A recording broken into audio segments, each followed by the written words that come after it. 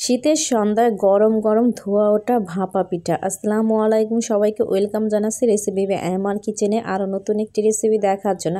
আজকে করে দেখাবো পারফেক্ট ভাপা পিঠার রেসিপিটি। যারা কোনো দিন চুলার ধারে কাছেও যাননি বা পিঠা বানাননি, তারাও এই রেসিপি দেখে পিঠা বানিয়ে নিতে পারবেন, এতটাই সহজ। আজকে সকল প্রকারের টিপস সহকারে এই পিঠার রেসিপিটি শেয়ার করার চেষ্টা করেছি, একদম পানি সঠিক পরিমাপ সহ। নতুন যারা পিঠা বানাবেন এই রেসিপি দেখার পর ইনশাল্লাহ আর কোনো রেসিপি দেখতে হবে না আপনাকে। পিঠাগুলো দেখেই হয়তো বুঝতে পারছেন কতটা পারফেক্টভাবে পিঠাগুলো তৈরি করা হয়েছে। আপনিও যদি এই রেসিপি হুবহু ফলো করে পিঠা বানান, আপনিও কিন্তু এরকম পারফেক্ট পিঠা বানাতে পারবেন। তাই ভিডিওটি না টেনে প্রথম থেকে শেষ পর্যন্ত দেখবেন, আশা করছি ভালো লাগবে। প্রথমে একটি মিক্সিং বলে নিয়ে নিচ্ছি আমি চালের গুঁড়া। আমি এখানে বাজারে কেনা শুকনো চালের গুঁড়া ব্যবহার করছি। আমি 1 কাপ করে 2 কাপ প্লাস আরও হাফ কাপ মানে 2.5 কাপ এখানে চালের গুঁড়া নিয়ে নিয়েছি। দিয়ে দিচ্ছি 1 চা চামচ লবণ। এখন এগুলোকে হাত দিয়ে খুব ভালোভাবে একটু মিশিয়ে নিতে হবে। তো এটা মেশানো হয়ে গেলে এখন এর মধ্যে দিতে হবে পানি। এখানে আমি নর্মাল পানি নিয়েছি 1 কাপ। তা আমি অল্প অল্প করে পানি দিব আর মিশিয়ে নিব, দেখব যে কতটুকু পানি লাগে। লাস্টে আমি বলে দিব কতটুকু পানি রয়ে যায় বা কতটুকু লাগে। তো পানিটা আমি অল্প অল্প করে দিব আর এইভাবে মেখে নিব।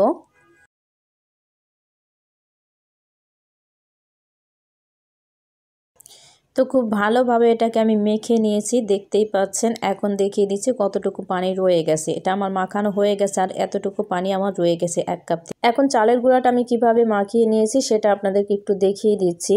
দেখেন, মুঠো করলে এইভাবে মুঠো হয়ে যাবে, আবার চাপ দিলে কিন্তু এটা ভেঙে পড়ে যাবে।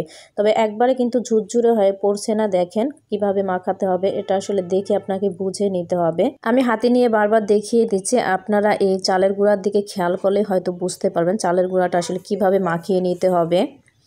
তো এগুলোকে এখন আমরা চেলে নিব। তো চালার জন্য এখানে আমি একটি মিক্সিং বল নিয়ে নিচ্ছি আর মিক্সিং বলের মধ্যে একটি ছাঁকনি নিয়ে নিব।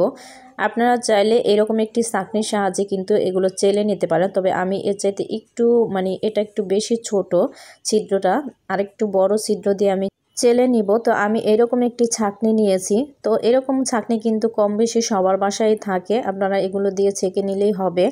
তো কিছুটা আমি চালের গুঁড়া এর মধ্যে দিয়ে হাত দিয়ে এইভাবে নেড়ে চেড়ে দিব, তাহলে কিন্তু খুব সুন্দরভাবে এই চালের গুঁড়া দেখবেন নিচে পড়ে যাবে। তো এই যে দলাগুলো আছে, দলাগুলো এইভাবে হাত দিয়ে চেপে চেপে ভেঙে দিতে হবে। তো দেখেন খুব সুন্দরভাবে কিন্তু চালের গুঁড়াগুলো নিচে পড়ছে। আর দেখেন এর দানাটা কিন্তু একদম মিহিও না, আবার একদম বড় দানাও না। তো সবগুলো চালের গুঁড়া আমি এইভাবেই চেলে নিব। দেখেন আমার চালের গুঁড়া চেলে নেওয়া হয়ে গেছে আর এটা কতটা পারফেক্টভাবে চেলে নেওয়া হয়েছে। তো আপনাদের বাসায় যে রকম ছাঁকনি আছে সেটা দিয়েই কিন্তু চেলে নিতে পারেন। তো এখন আমরা পিঠা বানাবো। পিঠা বানানোর জন্য এখানে চালের গুঁড়া আগে থাকতে রেডি করে নিয়েছি। এখন আমাদের সাথে লাগবে সেটা হচ্ছে কোরানো নারকেল, তারপর খেজুরের গুড়, আর লাগবে একটি বাটি। এরকম বাটি কিন্তু আপনারা বাইরে কিনতে পেয়ে যাবেন 20 টাকা করে। ভাপা পিঠা বানানোর এগুলো কিন্তু 20 টাকা করে বাইরে বিক্রি করে।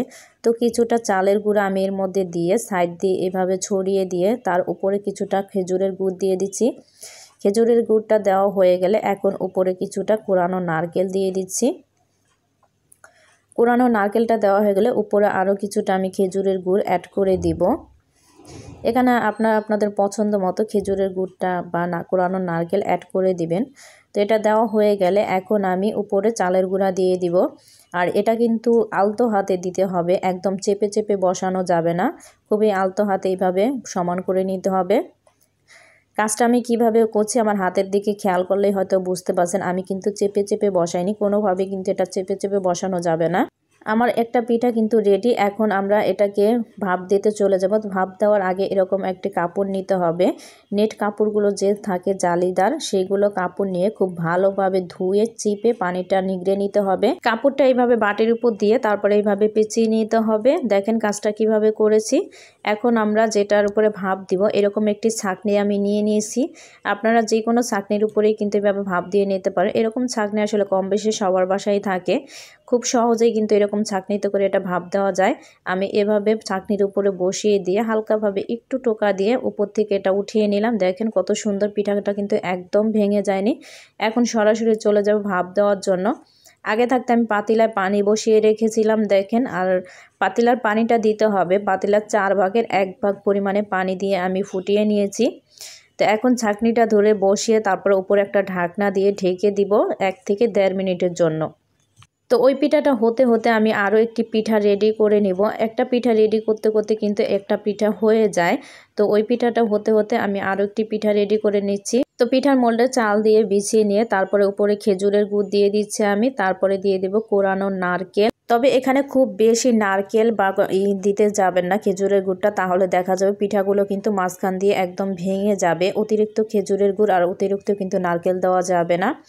তো আমার নারকেল দিয়ে তারপর কিছুটা আবার খেজুরের গুড় দিয়ে উপর দিয়ে এখন চালের গুঁড়া দিয়ে দিচ্ছি আমি। তো চালের গুঁড়াটা দিয়ে এইভাবে হাত দিয়ে সমান করে দিতে হবে। তো সমান করে দেওয়া হয়ে গেলে এটা কিন্তু আমার রেডি। এখন আমরা ওই পিঠাটা নামিয়ে ফেলবো, যেটা আগে থাকতে বসিয়ে রেখেছিলাম।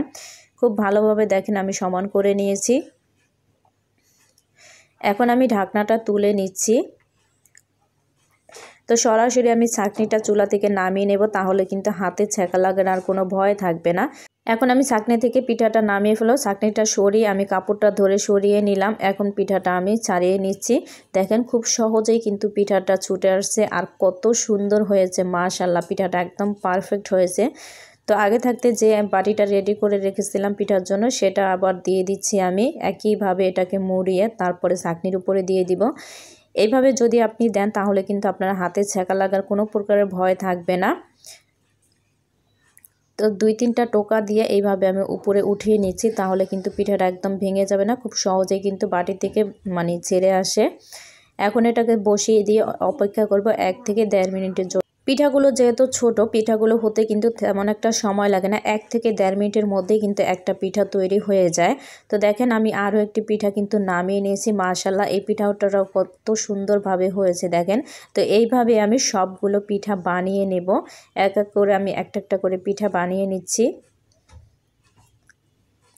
তো দেখুন আমার প্রত্যেকটা পিঠা কিন্তু একদম পারফেক্ট হয়েছে, একটা পিঠাও কিন্তু ভেঙে যায়নি। আর খুব সুন্দরও দেখাচ্ছে পিঠাগুলো। আমার রেসিপি যদি হুবহু ফলো করে পিঠা বানান, ইনশাল্লাহ আপনাদের পিঠাও কিন্তু এরকম পারফেক্ট হবে। আর একবার যদি এই পিঠা বানানো শিখে যান, কোনোদিনও আর বাইরে থেকে পিঠা কিনে খেতে হবে না।